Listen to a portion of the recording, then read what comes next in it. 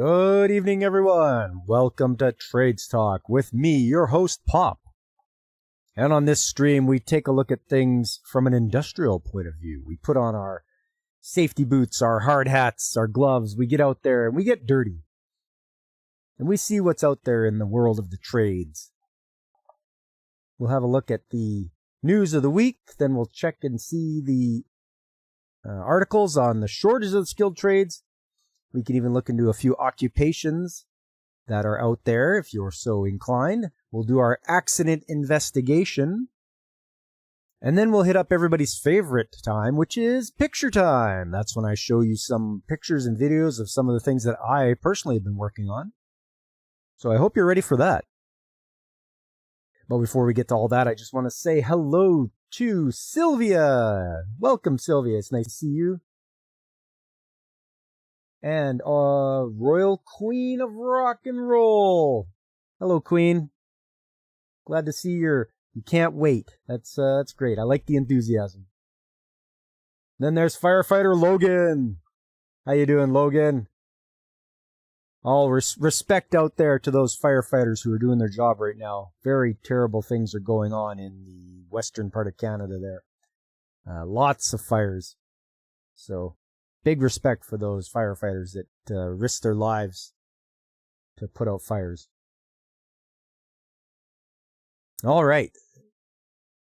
And of course, Comic Relief Crusader, who left a like, but he's starting his show at the same time. So thanks a lot, CRC. Hope you have a good show as well. Okay, let's get into... We'll look up some news of the week here. And to do that, we go to Plant Magazine. The one thing that popped up to me here was U.S. trade rep says Canada must lift retaliatory measures to avoid new tariffs. Also, I don't think we should be trying to go head-to-head with tariffs and all that. Yeah, Queen. All the love to them. Exactly. United States Trade Representative Jameson Greer warned Friday that the Trump administration will proceed with its plan to impose hefty new tariffs unless Canada drops retaliatory measures. Yeah, don't try to retaliate. You're going up against a superpower. What's the matter with you? Like, come on. You're trying to act all tough there, Mr. Carney, but you're no match. You keep saying, "Oh, we're going to retaliate," but you know what's going to happen? Nothing. Nothing's going to happen. You're going to look like a fool. Anyway. As the clock counts down onto Wednesday's tariffs deadline, Canada-U.S. Trade Minister Dominique LeBlanc updated provincial and territorial trade ministers and members of the Prime Minister's Advisory Committee on Canada-U.S. Economic Relations on the state of the talks. Following LeBlanc's update, Quebec Economy Minister Bernard Drainville said, "There's still no agreement. In fact, they're still quite far apart, or quite far from an agreement." At the moment, there's no sign that Mr. Trump might postpone the application of the 50% tariffs, Drainville said in a meeting in Montreal with representatives of Quebec's agricultural sector. Aaron O'Toole, former Conservative leader and member of the Prime Minister's Advisory Committee, said he was disappointed but not surprised there is no deal yet. It's not the U.S., it's Canada. It's Canada's fault. We have an idiot for a prime minister. He's wrecking the economy on purpose. He's doing this all according to plan to ruin the country. That's what his plan is. He anticipated if a deal were reached, it would be at the 11th hour before the August 19th deadline the U.S. has set for its latest tariff threat.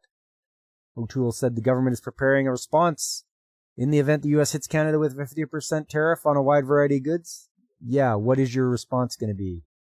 What can you do? What can you possibly do? We'll have to respond, and there is discussion about how the government is looking at all options on the table in terms of response. The Americans now know that we're serious and that it will not be good for their economy, not be good for ours. It sort of shows the fallacy of tariffs being smart policy. Candice Lang, President and CEO of the Canadian Chamber of Commerce and a member of the Advisory Committee, said she remains hopeful both sides are closing in on an interim deal. It's important to remember what's at stake. Businesses have been doing a high-wire act for well over a year, holding off on hiring, investment, and growing in Canada, she said in a statement. If the tariffs hit, Lang said, they will have a non-absorbable impact on businesses and put Canada into uncharted territory. Canadian officials have ramped up talks with their American counterparts in recent weeks after U.S. President Donald Trump signed an executive order to impose 50% tariffs on a range of Canadian goods starting Wednesday. The Trump administration says the new duties are a response to provincial bans on U.S. liquor, Canada's supply managed dairy system, and quotas on certain U.S. vehicles. The ban on liquor, that was an Ontario thing. That was that idiot Doug Ford. He's the premier of that province, and he decided it would be a good idea to try to play with the big dogs. And yeah, he should just get his ass kicked and told to sit down and shut up. The supply managed dairy system, I mean, I wouldn't mind opening it up to having American cheese brought in, milk, all that stuff, as long as it made it cheaper for us. Several provinces pulled American booze from shelves last year after Trump imposed tariffs on Canadian items. These tariffs that are coming in, they are a response to Canadian retaliatory measures, like the kind of things that China would do. Greer said in Des Moines Friday, where he was touring a tire factory and attending the Iowa State Fair. And so those are things that would have to be resolved. Greer met with LeBlanc and Jeannie Charest, Canada's chief trade negotiator in Washington earlier this week for the fourth time since the tariff threat. A spokesman for LeBlanc said that both he and Charest will remain at the U.S. Capitol over the weekend while negotiations continue. O'Toole said the advisory committee was told LeBlanc and Charest will remain in those contact with Greer over the weekend. Greer said Friday there are elements of U.S. trade policy that Canada's negotiators don't like, but added he's having a constructive negotiations with the Canadians. At the end of the day, President Trump, the United States, we are going to do what is best for America, he said. And of course, that's what you do. If you're the leader of a country, you should be doing what is best for your country. Except if you're the Canadian Prime Minister when you're doing what is not good for the country and trying to wreck it and ruin it. So, that's the way I see it. Hey, Veritex, how you doing? Nice to see you stopping in. If there's a way to, bring Canada along with that, we're happy to do that. But we are mostly focused first and foremost on making sure President Trump's trade policy is executed. Greer did not provide details of the trade talks, but said the U.S. has had major trade issues with Canada for decades. He said any potential resolution has to include all of these on a pathway forward. Greer argued the new tariffs don't amount to a trade war. He said the U.S. is trying to protect domestic supply chains and not singling out Canada. If a country retaliates, the U.S. will respond, he added. Hey, Canadian cat. How's things going where you're at? My sense is the Canadians, they want to have a more conciliatory approach, but we'll see, Greer said. Unlike most of Trump's other tariffs, the new duties would have no exemptions for goods that comply with the Canada-US-Mexico agreement. Quebec Premier Christine Frechette said Thursday in Montreal that some industries may find themselves in survival mode if the 50% tariffs take effect.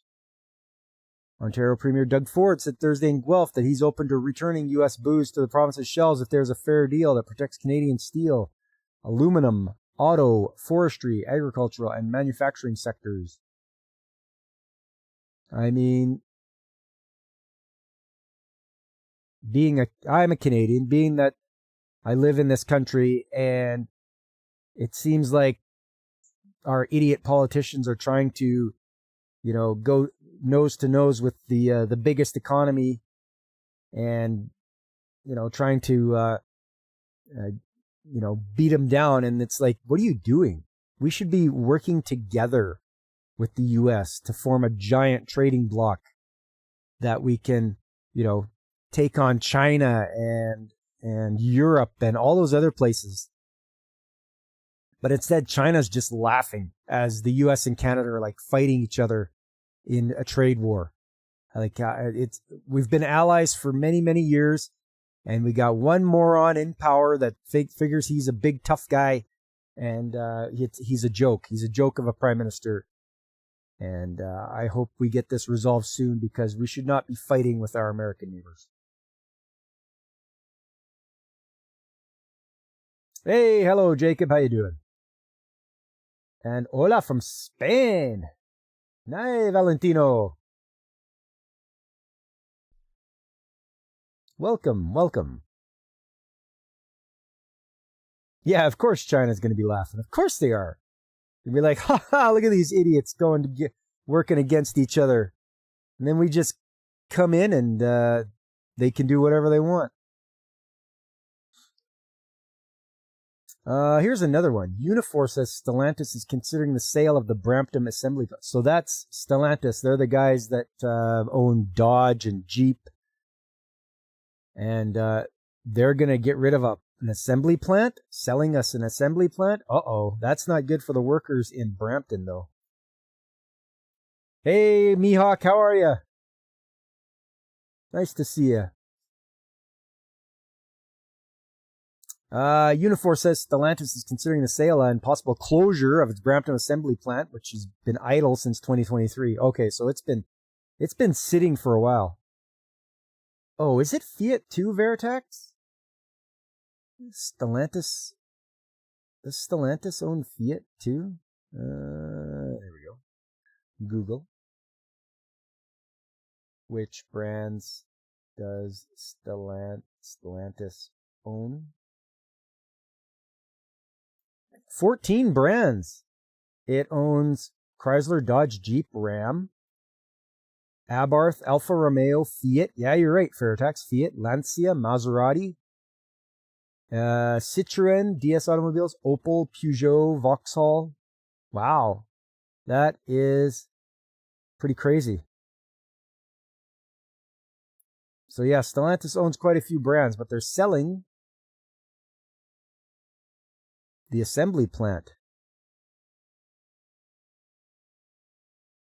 Stellantis has not provided the union with formal written notice of a plant closure, according to Unifor.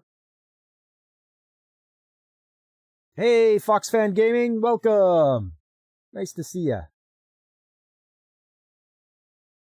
We're just going over some news of the week, some industrial news. This is what we do here on a Tuesday night on my channel.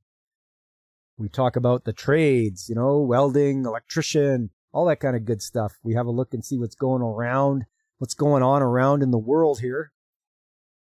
And both home and abroad. And we'll talk about some trades, occupations, and some accident investigation we'll look into. And then we'll do some pictures and videos. Yeah, they owned Alpha. Yeah. I mean, they really picked them up. I think if they decide to close the plant, they're going to have to pay out the workers, though. There should be something in their agreement. Oh, it says even here, the union said the collective agreement requires Stellantis to provide at least 1 year's notice of any closure or sale. So a year's notice. The Brampton plant has been idle since December 2023, when more than 2,200 members were laid off as the facility was being prepared for retooling. Hey, what's up, Cole? Coming here because you're kind of bored? Well, hopefully we can help you out with your boredom. We'll either make it so you're not bored or you're going to probably fall asleep. Hey, it's DJ Ronnie G. He's lurking for another few minutes, but he's present and accounted for. Okay, we got our roll call here. We got DJ Ronnie G. According to the union, the plant was initially being retooled for production of the Jeep Compass electric SUV. Stellantis paused the work in February and announced later that year that future Jeep Compass production would be moved to the United States. Unifor maintains the decision violated both its collective agreement and commitments tied to federal and provincial government funding. The union said discussions between Stellantis and government officials regarding those commitments have not led to what it considers an adequate resolution. Throughout the retooling process and subsequent idling of the plant, Stellantis maintained its intention to reopen the facility, according to Unifor. The union called the potential sale a dire development and said a closure would affect thousands of jobs while reducing Canada's automotive manufacturing footprint. Yes, this is true. Hello, Evelyn Rose. Nice to see you. Welcome in. We're just talking about the closure of a automotive assembly plant in Brampton, Ontario. It's a Stellantis plant, so they do Dodge, Jeep, Ram, that kind of stuff. Unifor also pointed to auto tariffs imposed by the Trump administration as an additional threat to Canada's automotive sector, saying it has repeatedly called for action to protect manufacturing jobs. The potential sale comes as the union prepares for contract negotiations with Stellantis. According to the statement, Unifor plans to raise the future of the Brampton plant during those negotiations and engage with Stellantis executives and government officials in the coming weeks. This doesn't look so good for the workers at the plant there. It looks like, if they decide to sell it, then those guys have nowhere else to go. So they'll all get payouts, or they should at least. But then they're going to have to look for work elsewhere.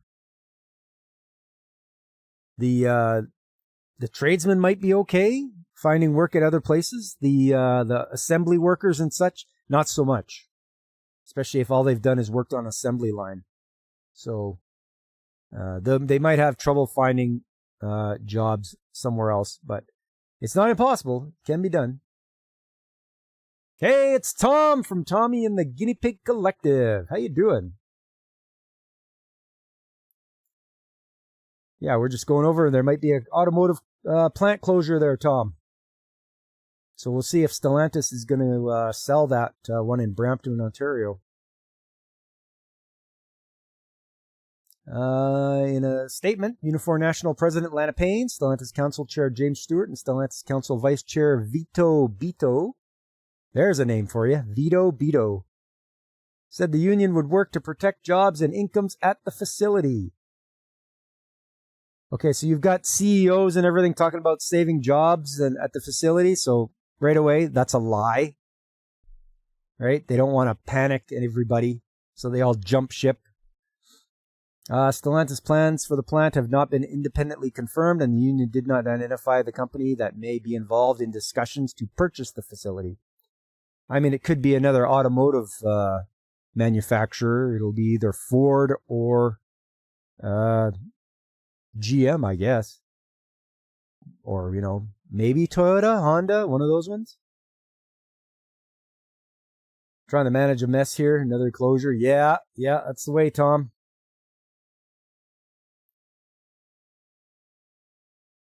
We'll see what happens, though. Like I said, the tradesmen there should be okay. They can go to other industries, but the people working the assembly line, if that's all they know, then it's limited skill set. All right. What else we got here? Manufacturing sales rise for the 5th straight month. I mean, that's a good thing, I was thinking. And the Fed's move to repeal EV sales mandate without new stringent emission. Okay, I want to know about this, because if this is them pushing electric cars on people, they got to stop that. They got to knock it off and stop trying. Let it happen naturally, not trying to force it. CEOs only give a damn about their severance. But yeah, exactly, Tom. Yes. Yeah, 100%.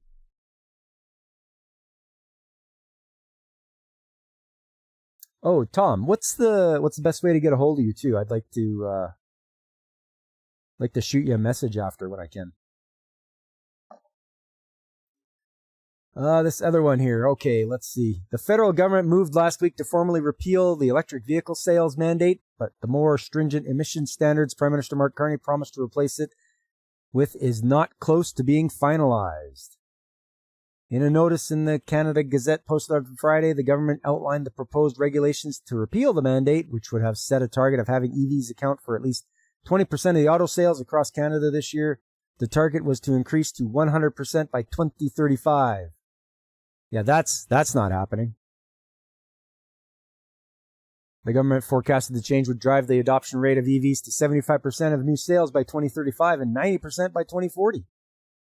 The mandate is among a growing list of climate policies introduced by former Prime Minister Justin Trudeau, who was a plague on us. Let's face it, the guy was just a terrible scumbag.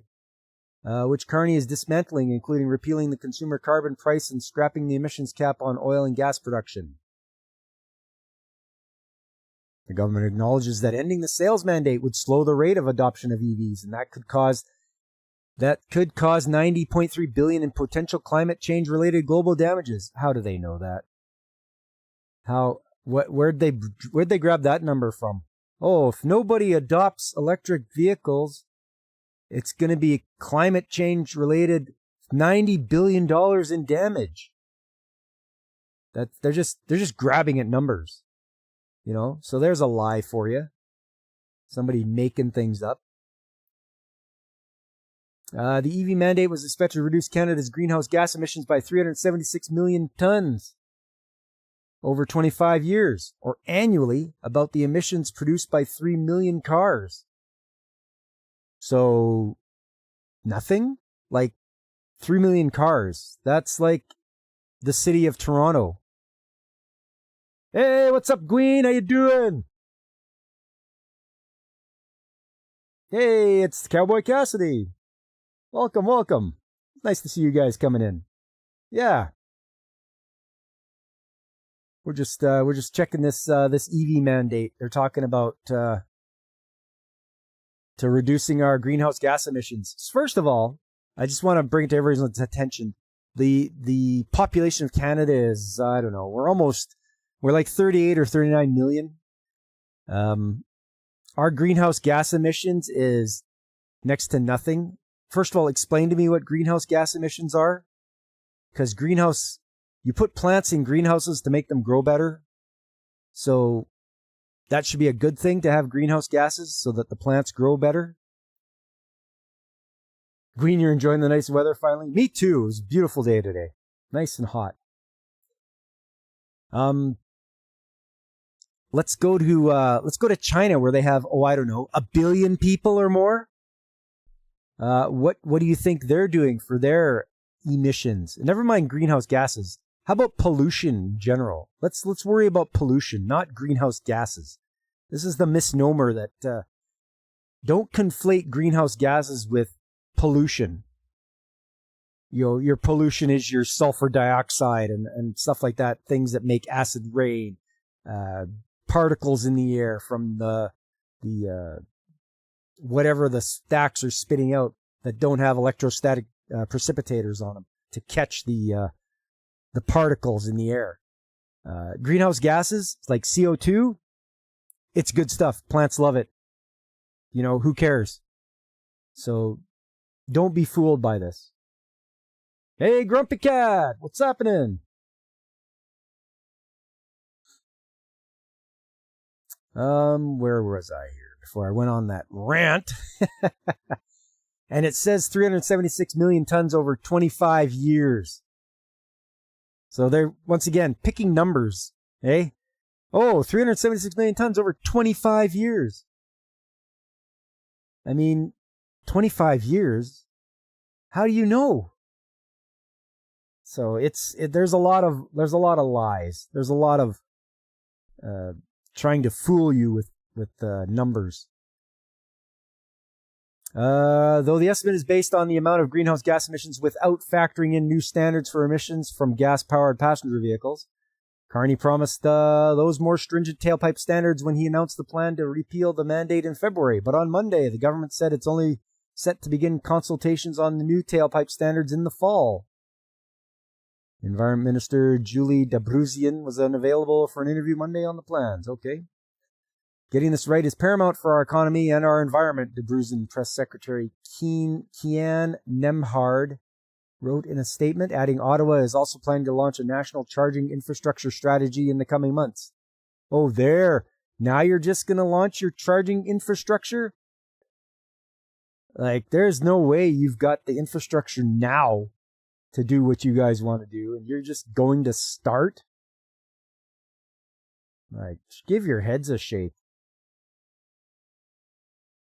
That's why we're launching a new round of consultations, not just with the auto industry, but also with environmental groups. A new senior government official speaking on background said Ottawa is aiming to have draft regulations in place by early 2027. Multiple environment organizations told the Canadian press they expect the draft regulations to be ready by the end of June. We were expecting this to come out a long time ago. Initially, we heard this was going to come out early summer, and we were told that over and over again, said Sam Hirsch, the Clean Transportation Program Manager at Environmental Defense. Sounds like paid shill. Nothing much. You got your first job as a mechanic. That's your second job. The first one is working at a hospital. Hey, look at you, Grumpy Cat. Doing a mechanic's job. That sounds all right. We sure need them.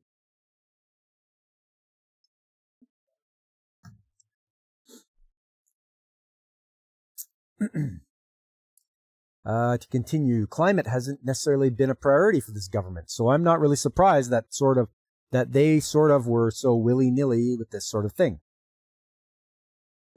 Any government is not going to have climate as their priority. The first priority is to line their own pockets, right? The second priority is to pay lip service to people. And the third is to kick things down the road so they don't have to deal with it. So that's what government really does. I mean, I hate to burst anybody's bubble, but the government, first of all, does not help you. They are not your friend. They aren't coming to save you.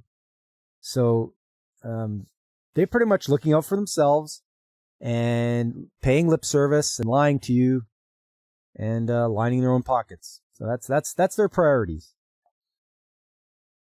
You're a busy man this year. Hey, all right. Feast or famine sometimes. Hey, you're either working like crazy or it's sitting idle. And I guess it's best to be busy. Carney first paused and then ultimately said he would scrap the mandate following pressure from provinces and car makers who argued there were better ways to reduce emissions without potentially penalizing car manufacturers for not hitting their targets, particularly as the auto industry has been hammered by the trade war with the United States. Carney said in February, the new emissions standard will set a maximum of 74 grams of carbon dioxide, or its equivalent per mile. That's down from the current federal tailpipe emission standard of 172 grams per mile. A 56.9% reduction, which remains in effect. Once again, they said carbon dioxide. Plants love carbon dioxide. People exhale carbon dioxide. If you're talking carbon monoxide, yeah, you can reduce that. But unless you're sucking on the end of a tailpipe, it's just going to dissipate into the air. Yeah, DJ. Oh no, carbon. You are a carbon unit. We are all carbon units. At the time, government officials said they were still working on the path to get to the 74 grams per mile figure. One official said work would happen through the regulatory process with initial regulations targeting 2027 to 2032 model years. Also, what if we just ran on hydrogen as a fuel? When you burn hydrogen, your byproduct of burning it is water. So maybe just change the fuel.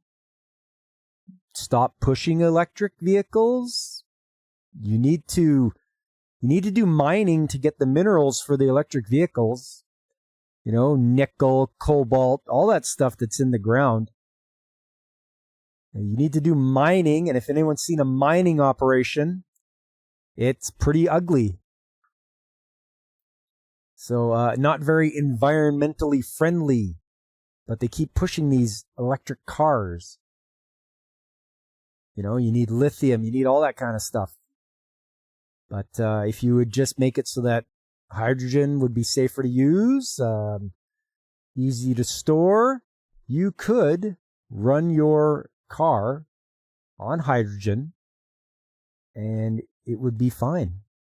You wouldn't have to worry about the so-called greenhouse gases.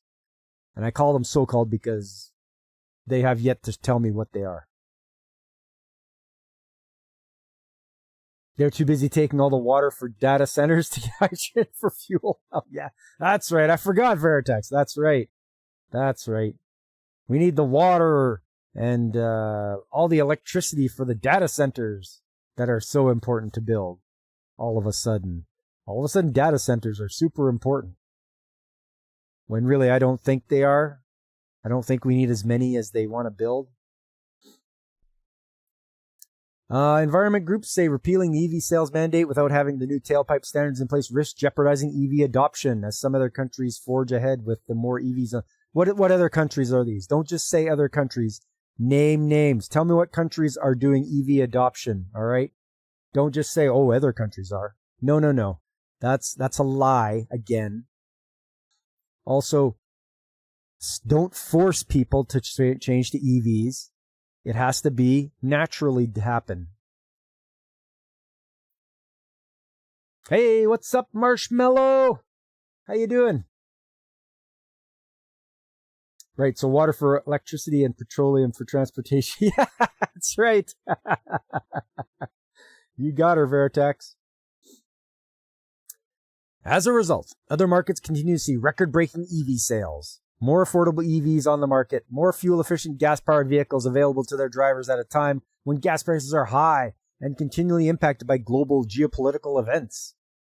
At this point, Canadians are being deprived of those options and exposed to volatile gas prices that are just exacerbating their kind of cost of living challenges. Yeah, I looked at the price of gas per barrel, and it was $80. There is no reason for my gas to be $1.65 a liter. No reason. Even when it was $100 a barrel, I think we only went up to $1.30 a liter.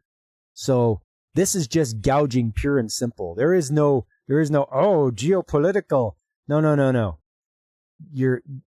The oil is $80 a barrel. I should be paying 74 cents a liter. I shouldn't be paying $1.65. This is absolutely asinine, but it's typical monopoly gouging is what it is. You're doing well. All right. Good. That's good to hear, Marshmallow. Okay, that's it for the news. That's me getting all revved up about it. Let's calm down a bit with something from the Miami Times. Apparently it's 87 degrees there and clear. 87 degrees. Oh, that's pretty warm. The title is, Amid the Emerging AI Economy, we need a skilled trades pipeline in high school. Not just high school, junior high. But I like what they're saying so far. Across the economy, Americans are watching as an artificial intelligence investment boom reshape the job market. Some of the same companies spending hundreds of billions to build the AI future are also announcing sweeping job cuts, adding to an already daunting employment landscape for college graduates. In other sectors, opportunity is booming.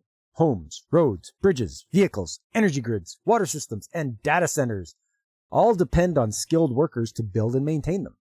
Yet demand far outstrips supply. McKinsey & Company estimates that for every new hire in skilled trades like carpentry, electrical work, and welding, roughly 20 positions remain unfilled. This raises a simple question. If the economy urgently needs more skilled trades workers, why aren't we making a greater investment in our public high schools to help prepare students for these in-demand, well-paying careers? My answer for that right now is that universities and colleges don't want that, because if that is one less student that gets into tens of thousands of dollars of debt going to their place or going to a trade school where they don't have to go into debt. So obviously, I think the universities and colleges don't want that. But let's see what they say. Unfortunately, the role high schools once played in preparing students for careers has diminished greatly. Why is that? Why has it diminished greatly? Why are they not preparing students anymore? Traditional shop classes in auto repair, electrical, construction, and other hands-on fields have disappeared from many public high schools over the past several decades. Though modern career and technical education programs are growing, they don't yet have the reach or capacity to meet demand. Too many high students. They couldn't They couldn't even write it correctly. Too many high school students still don't have meaningful exposure to career pathways in the skilled trades. New national research conducted by NORC at the University of Chicago and commissioned by Harbor Freight Tools for Schools shows overwhelming support for expanding skilled trades education in public high schools. Students want it. Parents want it. Voters across party lines want it. The survey of more than 6,000 U.S. voters, parents, and public high school students found that 95% of voters and 81% of parents believe more opportunities to study skilled trades in high school would better prepare students for careers. 84% of voters and 73% of parents support increased government funding. That kind of agreement is rare in American politics, and the strong support among parents reflects their fears about the future labor market. Nearly half of parents surveyed said they are extremely or very concerned that AI will reduce job opportunities for their child. The AI era only makes modern skilled trades education more urgent. This research shows broad consensus that high school should prepare students not only for college admission, but also for careers with stability and purpose. All high school students should have the opportunity to explore a skilled trade. Some will discover a lifelong career. Many will gain practical skills and confidence. And others will go on to college with a clearer sense of purpose. The NORC survey found high school students who have taken skilled trades classes report stronger connections to school and greater confidence about their future.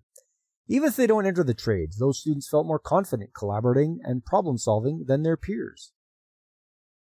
Well, you're definitely going to get lots of problem solving skills if you're in the trades, because there's lots of things to be solved, lots of problems. Voters see it clearly too. They rank skilled trades as the top elective funding priority for high schools, ahead of STEM, business, healthcare, arts, and physical education. That does not mean those subjects are unimportant. It means the public sees a skilled trades gap that has been ignored for too long.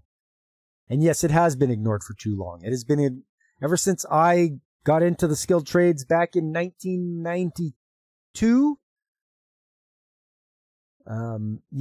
I've been told that there was going to be a shortage of people in the trades, and that was back in 1992. So this isn't new news. It is to other people because they weren't living through it, but now it's become more relevant, more clear to the public.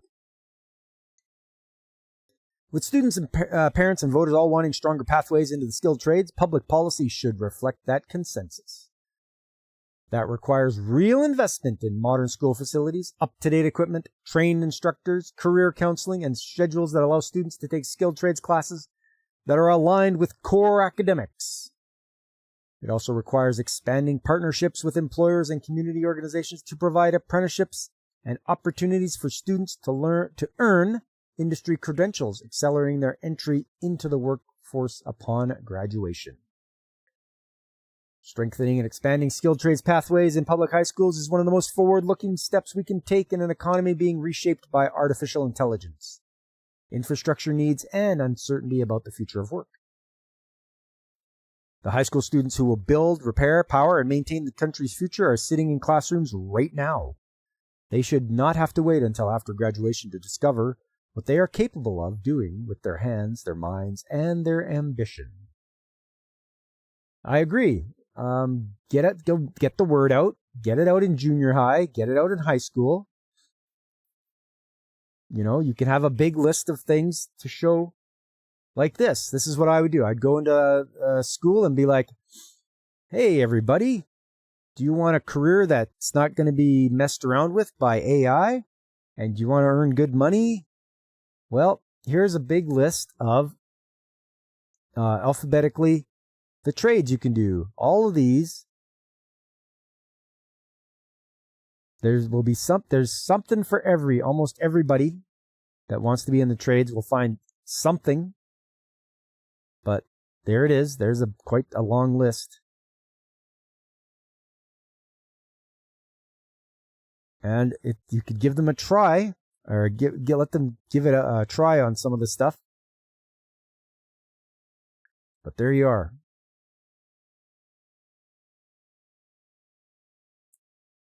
Next up,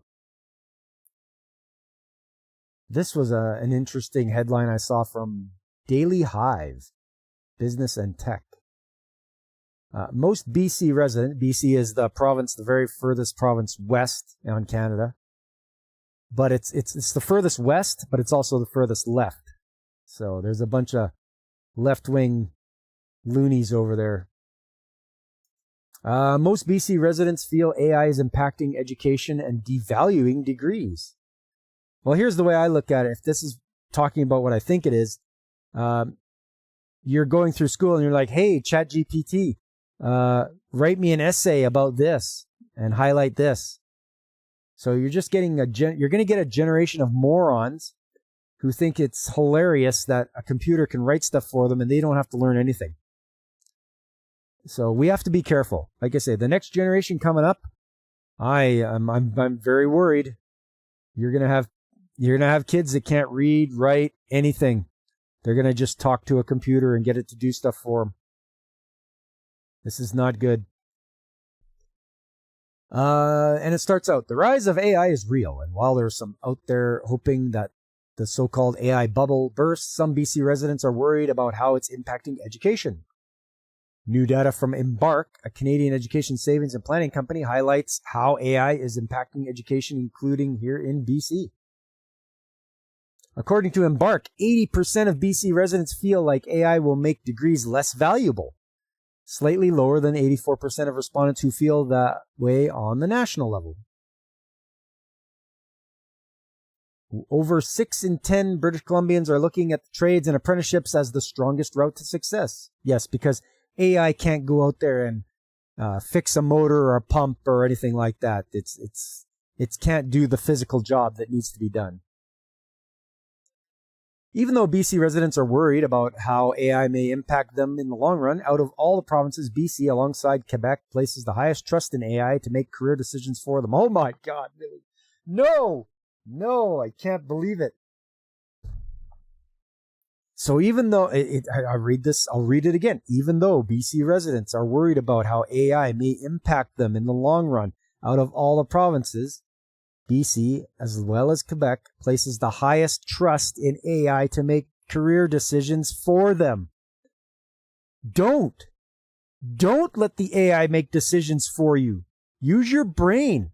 Have some critical thinking. Do some problem solving. Don't let AI think for you. I'm begging you. Over half of respondents said they expect to save somewhat more for post-secondary education due to AI. Embark also asked the question, what are the careers of 2050?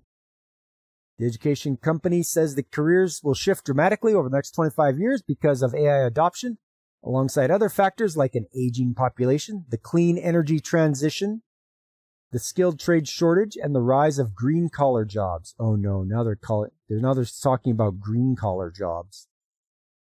Okay, what are green-collar jobs? Green-collar jobs are a term for roles that improve environmental quality or promote sustainability. All right.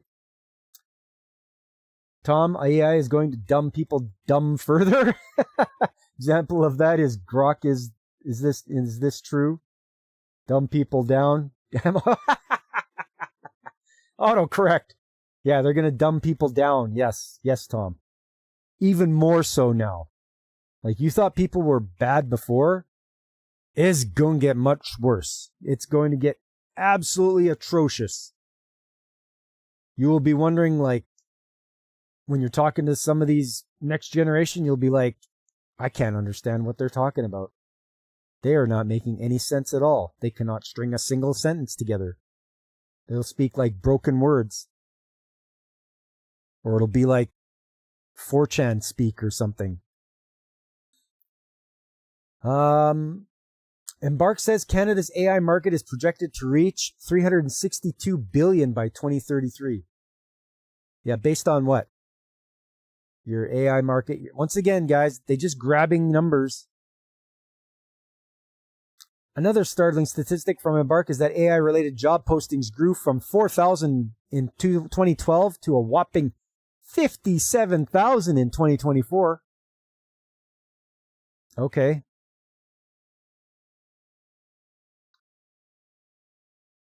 people become so stupid that Bob and Doug McKenzie would look like geniuses.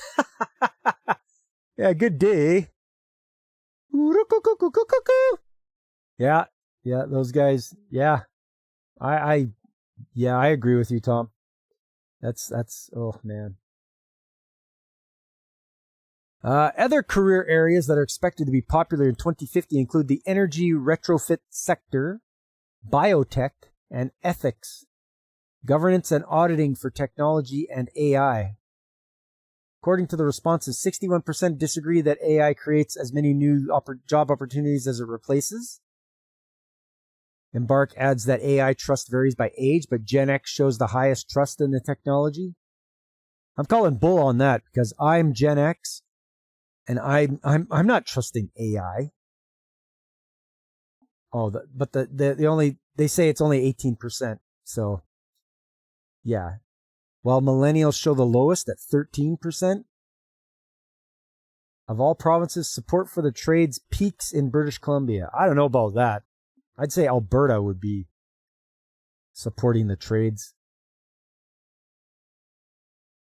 But yeah, that's... Oh, we got a comment there. AI is the best thing to happen since the internet. Okay, that's what that guy said. Yeah, I don't think so, buddy. You only got 2 thumbs up for that. Give him a thumbs down. No, I'm not signing in for that. All right, that was that one. So, honestly, if you're in the trades, you'll be okay against AI. But no matter how much they push it and they want it to be a part of your life, you don't have to. You don't have to do anything with AI. You don't have to just blindly follow. Don't be a sheep. Just think for yourself and, use some critical thinking, some problem-solving skills. Don't always resort to AI. It doesn't need to learn from you. You don't need to help it. There are a lot of weak arguments, too, talking about improvements in technology, and this is to be expected. But they're not looking at the bigger... No, they are not, Tom. You're right. They're not looking at the bigger picture. They just look at the narrow little thing that they want to focus on and like, oh, this is the best thing ever. This is great. This is awesome. No, it is not. AI is not the end-all and be-all. And I will not use any AI on my channel. I don't need it. I don't need it, and there's nothing... They can't force me to use it. So... I would say fight back against AI. Don't let it take over and don't let it think for you. Especially don't let it think for you.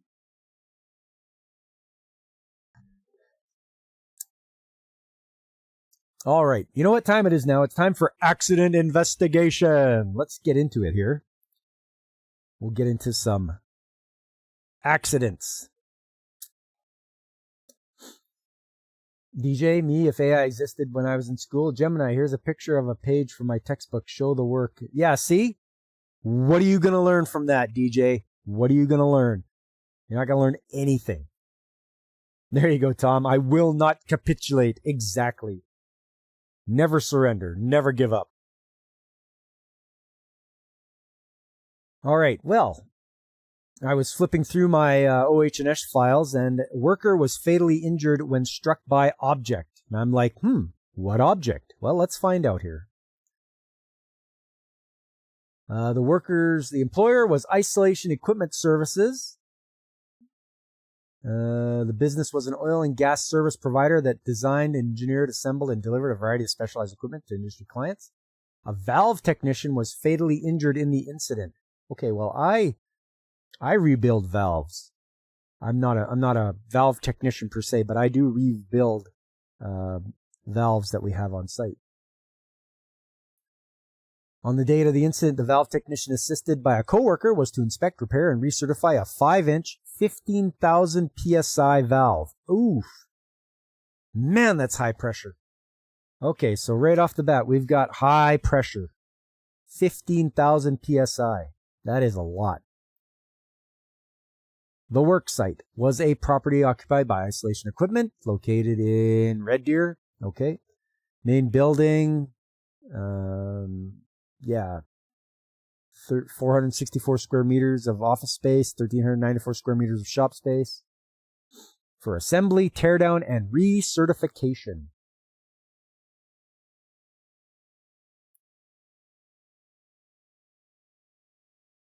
Okay. Oh, the valve. Okay, so it was the 5-inch, 15,000 psi valve designed by Isolation Equipment, was principally a mechanism to control fluid flow as the position of the valve plug or disc was changed by an actuator.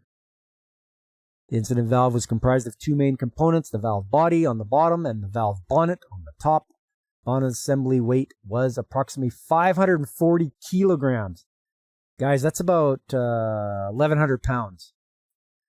That is heavy. So they have it. They have the picture here where they've got A is the bonnet, which is this thing here, this section here. And they said that was 540 kilograms or 1,100 pounds. Woof. The main base is right here, the main body down here. This will have the flange connections on there. C is the seat, yeah, and D is the gate. So it's a gate valve. And what usually happens is if it's a hand one, you'll just turn a wheel on top and it'll screw the gate down into place there to stop the flow. But this uses an actuator, it looks like, which will either be air or electrical. We'll have to wait and see what it could be. Or it could be air. Yeah, air operated or electrical. We'll have to see what it is. It might tell us. It might not. Okay, there's the post-incident photo. So that's the actual valve there. It's laying on its side. It's got a sling here. It says it's attached with rigging. So there's the sling going to the 2 eye bolts there that are right there. And there, and A, what is A? A is the gate. Okay, so there's the gate. So I'm curious what happened. On January, a valve technician and coworker were tasked to inspect, repair, and recertify the 5-inch, 15,000 psi valve. While attempting to insert the gate between the valve seats, the rigging released from the bonnet, striking the valve technician, resulting in fatal injury. The rigging released from the bonnet. Released from the bonnet. Need to get a closer look here. Okay, well, it's still hooked up, it looks like. It's got some, looks like a shackle hooked up to it. And then, yeah, a hook there. Need a better look at this.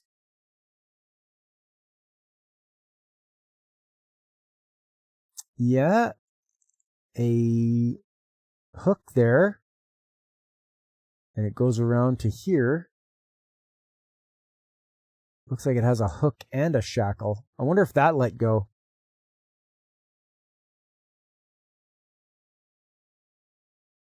Huh. Okay. Facts and findings. Work required rigging and movement of the valve components using an overhead crane. Yeah. Rigging comprised of using a fabric sling, latched hooks, and eyelet bolts attached to the bonnet. The bonnet was craned and lifted above the main body. Workers experienced difficulties inserting the gate in the valve's main body and completed multiple lifts of the bonnet. The valve technician was positioned between the raised bonnet and the main body of the valve when one of the latched hooks released. Oh, no. Okay. So they used it came off of the latched hooks. There was no standard work process for the removal and reseating of the valve bonnet, and there was no formal or standard rigging practice in place. Oof. Yeah. That's terrible. Rigging, method of movement, and installation process resulted in the bonnet releasing at height, striking the worker, resulting in fatal injury. So it pretty much let go and fell on him. Because if that would have came off the hook, it would have, whatever crane was lifting it, this would have just been pulled right through what was lifting it, and it would have fell right on him. Okay, here's the outcomes. The isolation equipment services implemented the following corrective actions. Repeated the worksite hazard assessment. They identified existing and potential hazards at the worksite related to removal and installation of valve components, including but not limited to reinstallation of a valve bonnet. Identified controls in accordance with the OHS code, including but not limited to administrative procedures. Amended or revised its administrative procedures relating to removal, servicing, maintenance, and installation of valve components. And affirmed workers at the worksite will review all amended or revised procedures, and isolation equipment services will ensure the controls identified are implemented and monitored at the worksite. Right off the bat, guys, I would never have used this. I wouldn't have used a hook with a latch on it. I would have gotten a shackle, something with that can be positively latched on. So a shackle, you would put it around the sling and then around the eye bolt, and you would have turned the screw and locked it in place. Same on the other side. You do that on the other side. That way it wouldn't come off. Especially because I could see what might happen is they might lift on the latch itself, or if the latch gets let down and is at rest, it might decide to come off. Like it might work itself loose. Whereas if you use a shackle, you wouldn't have that. Oh boy, they wrote up quite a long one here for this one. Okay, so OH&S, they laid 29 charges on February 2024. Isolation Equipment Services, being an employer, pled guilty. They pleaded guilty to contravention of Section 189 of OH&S Safety Code for failure to take all reasonable steps to ensure where a worker may be injured if equipment or material was dislodged or moved, that the equipment or material was contained, restrained, or protected to eliminate the potential danger. At sentencing, Isolation Equipment Services will fine $1,000. The fine amount includes a 20% victim fine surcharge, which is a mandatory fine surcharge imposed on a convicted party of an offense under provincial laws. The surcharge is directed to the Victims of Crime Fund. Isolation Equipment Service will also ordered under the OHS Act, Section 49, to pay $359,000 to Energy Safety Canada for the purpose of a creative sentencing project to develop supervisor and competency programs targeting those who work with young, new, and inexperienced workers. That's the one thing they didn't do. They didn't give us the experience of the workers that involved. They didn't say how old they were or how long they've been with the company. The key prevention messages. An employer must prepare a hazard assessment and control report that complies with the requirements in Part 2 of the OHS code. That includes identifying all existing and potential hazards, identifying the measures taken to eliminate or control all the identified hazards, involving affected workers in the hazard assessment and control process, following the hierarchy of controls in Section 9 of the code to eliminate or control the hazard. If a worker can be injured by equipment or materials being dislodged, both the employer and the worker must take all reasonably practicable steps to ensure the hazard is eliminated or controlled. Yeah, this was supervisory failure on this one. Whoever was the supervisor or watching over these guys, yeah, didn't stop them, or weren't trained well enough. This thing weighs 1,100 pounds, and it's going to fall on you. It's going to, it hurt this guy. This guy is not alive anymore because that thing fell on him. So, the takeaway here is always be careful when you're using overhead cranes. Be aware of what you're lifting. Also, make sure you're qualified to rig things up. There are courses to take. You can be a certified rigger. You can learn how to lift things properly. There's also overhead crane courses. You can take an overhead crane course and learn how to operate that. There's all these certificates you can get that would help you out. But a lot of places, they won't send anybody there because, oh, it's too expensive, or, I'm not going to pay you a day to be a day away from work to learn that stuff. And look what happened. Look what happened. Somebody lost their life because they didn't have, either enough training or no one was certified or anything like that. I can speak for myself. I do have my certificates for overhead crane, for rigging, all the other stuff, fall protection, aerial platform. I have all those certifications, and they have to be done every 3 years. So it's important to have those done, and that way you get a refresher as well to remind you that you have to be careful with stuff no matter what you're doing. And they need to have competent workers as well. The employer must ensure that the person doing the job, even though they took the training, it's up to the employer to make sure that the worker is competent, not the people that gave them the training. They tell us that all the time at the training place. They're like, we can't deem you competent. That is up to your employer to deem you competent of whatever it is we're training you for. And that comes with experience and showing them that you know what you're doing. So that sucks. The guy had that thing crush him. But yeah, that is our accident investigation of the week. All right. Let's switch up gears and focus on something not as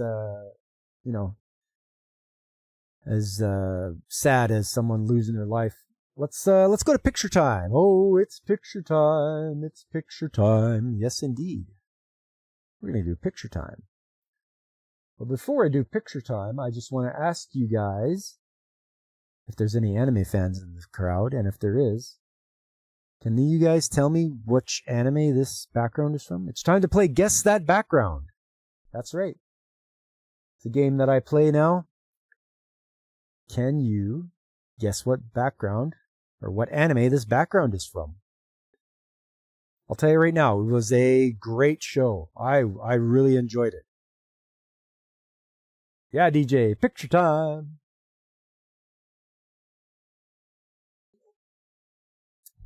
DJ, you're going to get Reggie to try to guess this for you? Give you a hand? I don't know if we have a lot of anime fans in the crowd.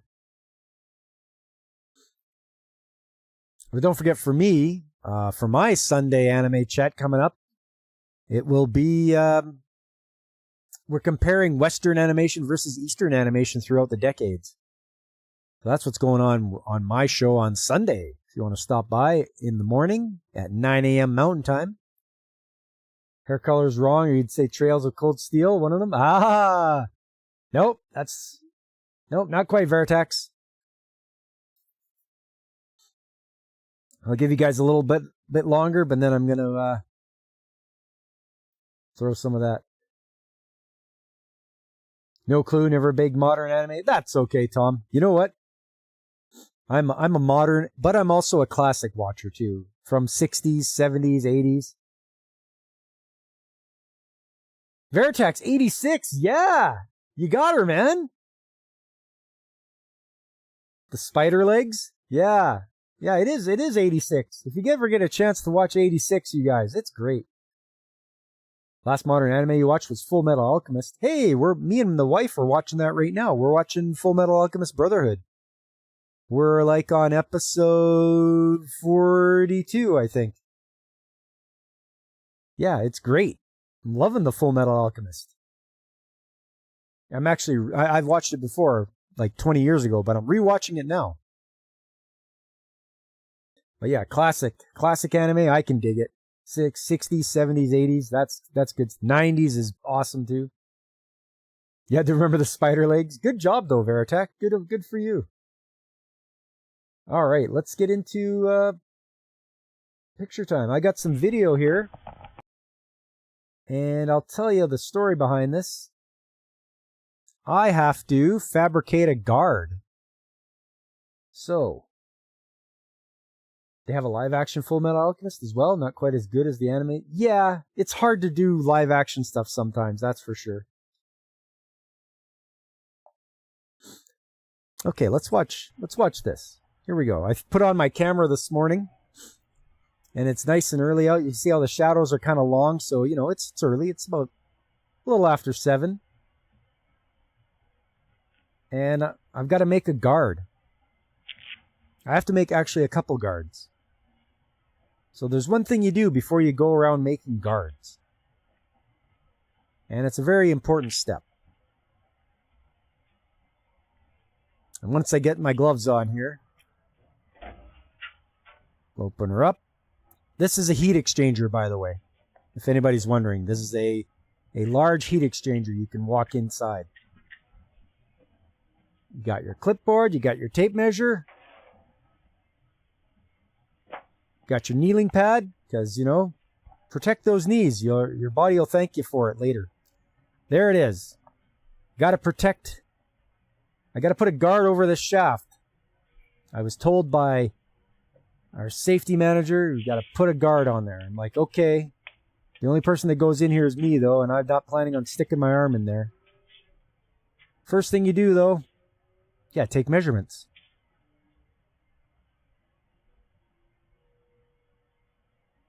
Okay, so there and there and there. We'll get the width of it. We'll get the length of it.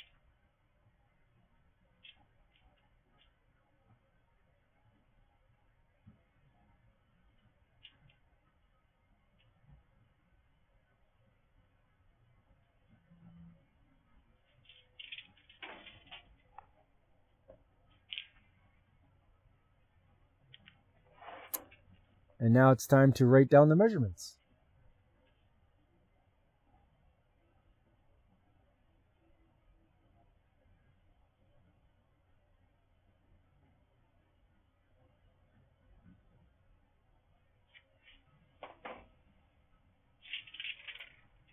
Now we need the depth. So we come to the side. It's like, okay, how far away from there should we go? And I think I got about 5 inches. We'll do 5 inches tall.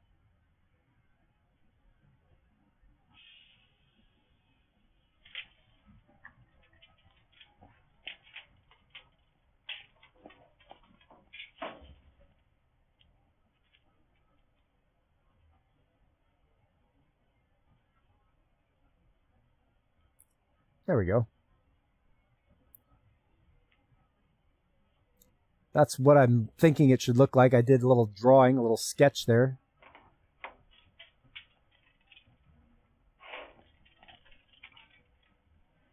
Okay, that's one side. And there's one on this side, too. We'll just double check. You never know if they did everything the same.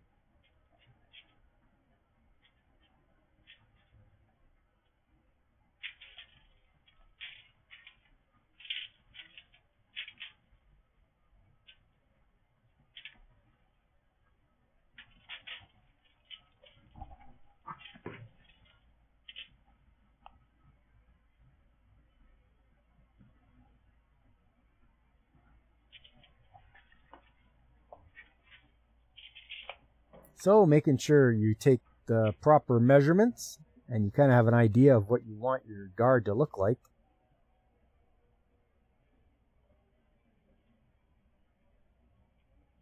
And how many you need?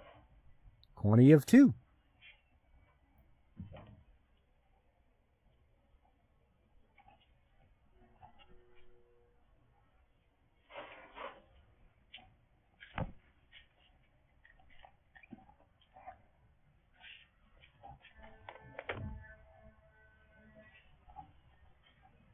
Oh, and I can't remember if I showed you guys or not, but I had to weld these hinges back on this door. This one down here broke off, so I had to remove the whole thing, bring the door to the shop, clean it up, weld the hinge back on, bring it out here, line them up. Yeah, DJ, 86, you got it. Veritek got it first, though. There we go.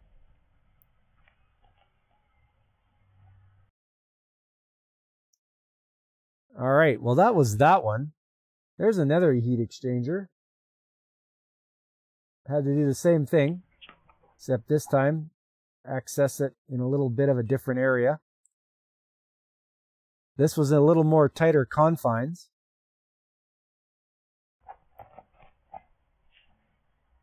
As you can see, it was all Reggie but Veritex wins. Yeah, there you go. Okay, so a little smaller with this one.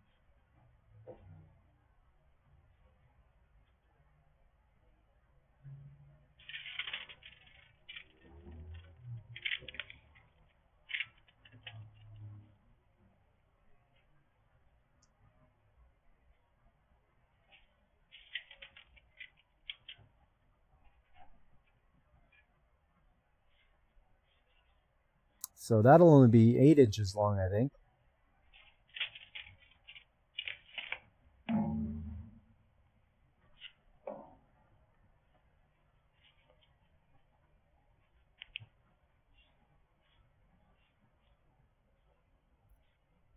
Got 7 inches long by 7 inches wide by, oh, now I got to measure how tall I got to make this thing.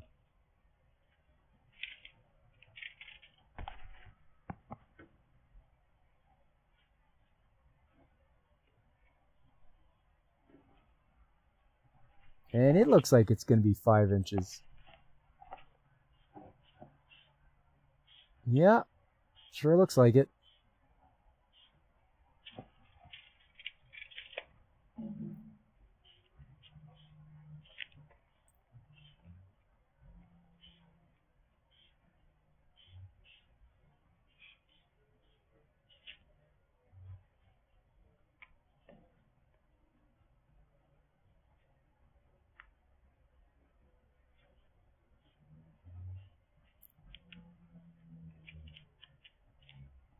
And that's quantity of 2. Yeah, there you go. So we got one guard there covering up the belts and shiv.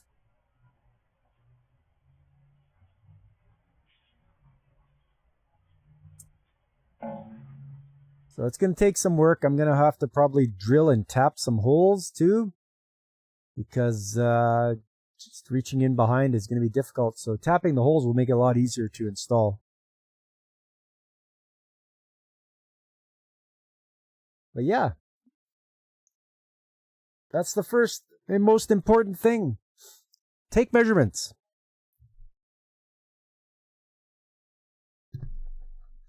Take measurements, write things down, make yourself a drawing. If you're going to ever fabricate anything, that's what you got to start with. And then you have to figure out what kind of material you're going to use. For that stuff, I'm going to use some 2-inch angle iron, and then I'm going to get some gauge plate. So gauge plate is what they measure the thickness of in. So you can get like 16 gauge or 10 gauge or something like that. The smaller the gauge number, the thinner the material is. So if you get 20 gauge steel, it's very thin. If you get 10 gauge, it's a lot thicker. It's closer to 1/8 thickness. So that's my plan, and then I'm gonna shape the. I'm gonna grab a piece of pipe and shape the thin gauge plate around the pipe, and then I'll weld it to the angle iron, and then I'll have my guard. And that should be good enough to satisfy what we need to do. Just people won't be able to stick their hands in. That's the whole thing. So I'll do that, and hopefully I can bring you guys updates as I go along and get that thing built. You guys can come along on that journey, building guards.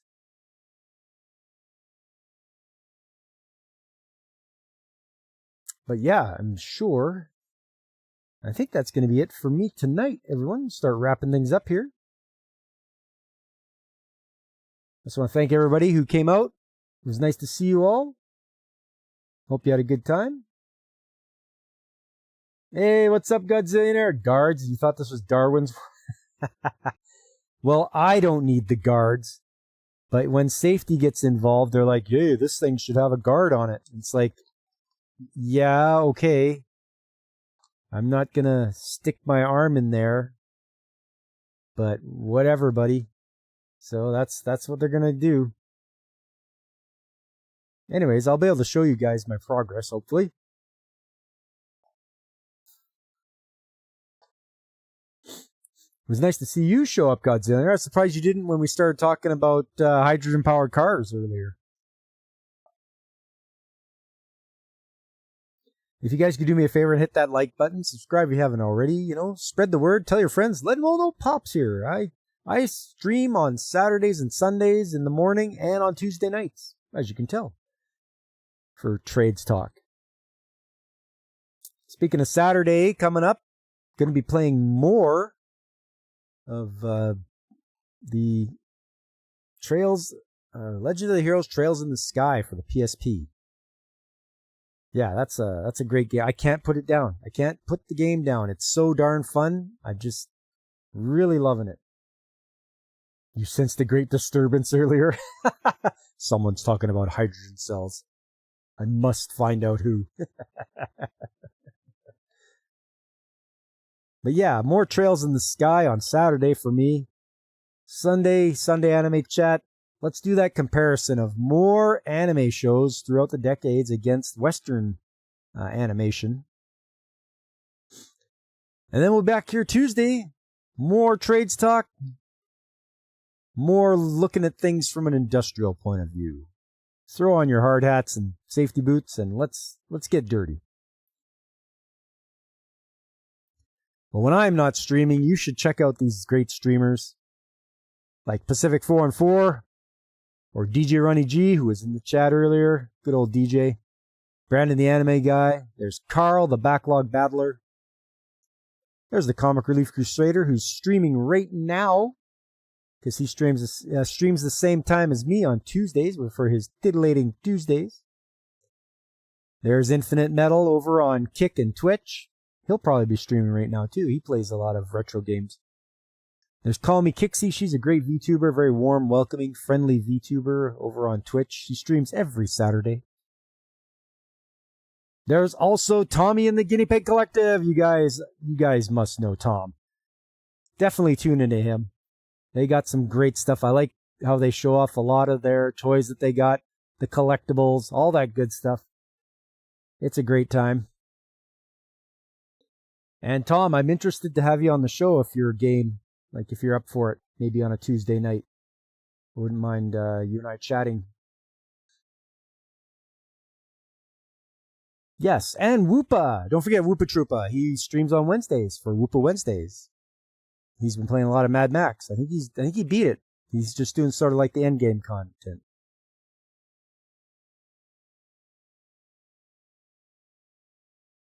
But yes, that is going to be it for me. Thanks for throwing the links in there, DJ Ronnie G. Don't forget, DJ's got his Monday show on Thursdays, so tune in Thursday night to see DJ Ronnie G do his thing. Him and his co-pilot Reggie.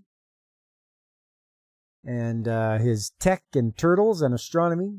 You'll have a good old time. Yeah, sure, Tom.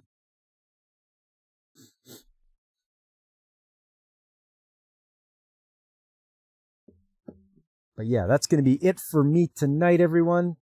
Thanks for coming by. Much appreciate it. And I hope to see you guys the next time I'm streaming, which will be on Saturday morning. Or Saturday or Sunday morning. But if not, show up on Tuesday. We'll do it all over again. Until then, I've been Pop, and I am signing off.